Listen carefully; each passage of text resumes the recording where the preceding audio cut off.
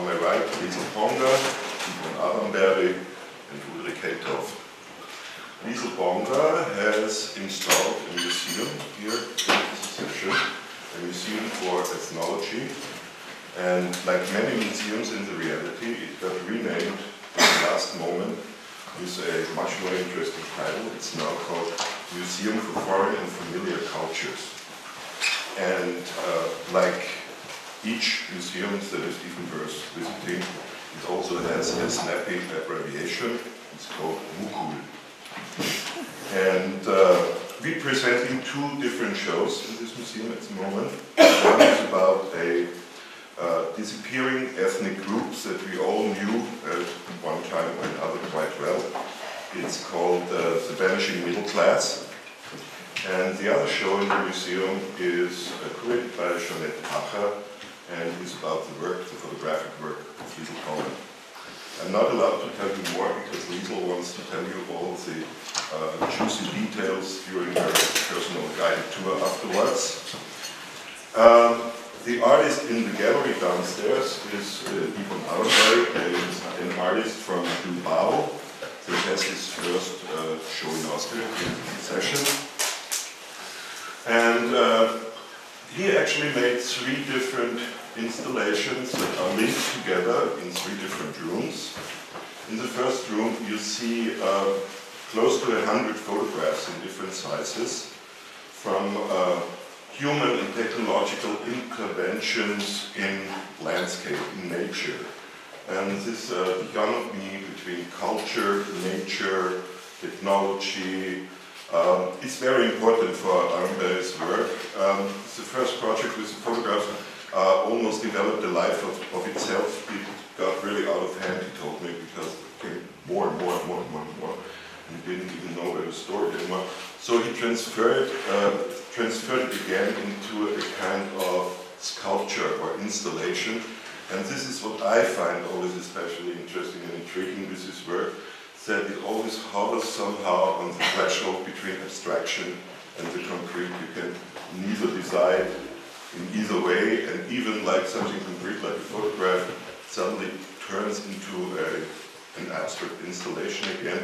The same is true for the installation in the big gallery space, where he actually disassembled an existing 5 meters tall sculpture into its single parts and laid it out over the floor. So we will never know how the sculpture looked like, and again it became something concrete, became an abstract installation. Linked are those two spaces by a molding cast, by a mold for a cast of a statue for the unknown philosopher, wonderful title I think. And it again has this ambiguity where you think you see a human figure, but then you think, nah, probably not, but then you see it again, you know. And this was really intriguing with Adamberry's work, I think.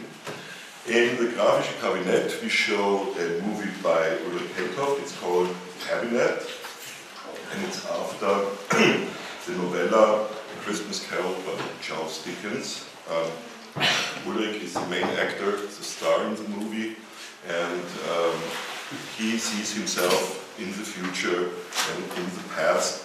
And he told me that he thinks the main actor actually becomes a ghost himself, because ghosts have a tendency to do the same thing over and over and over again, you know, the same routine. And on the walls there are some photographs from a cycle of work he did on the work of Raymond Roussel. He staged illustrations that Raymond Roussel had made for his work, impressions from Africa, photographically, and part of them are seen in the Grafische Kabinett now. On the outset, I have to read this from the paper because the phrasing is important. I also would like to mention the banner from the series Urgent Alternatives, Utopian Moments, that you have seen on the facade probably when you arrive.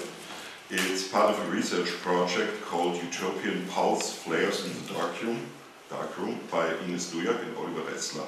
And the first banner you can see on the facade is called Fluchthilfe in Blue and designed by the artist Katarzyna Winiecka. The banner addresses the critique of the European Union migration policies as it was expressed by the self-organized refugee protest movement in to refugees is seen as a service and asks for support for the struggle for freedom movement. As always, the artists are the heroes in the secession. This building wouldn't exist without artists. Thank you very much for your contribution, for your cooperation. You did a wonderful work. All three shows are really fantastic. And I also want to thank our sponsors. First of all, the Erste Bank and Mrs. Utuban, our main sponsor for the continuing dedication. Then the City of Vienna, the Federal Ministry for Culture and Education, the Arbeiterkammer, and all the other peoples that kind of help us in the one or the other way. And of course, last but not least, I also want to thank the crew of the secession. You're truly wonderful.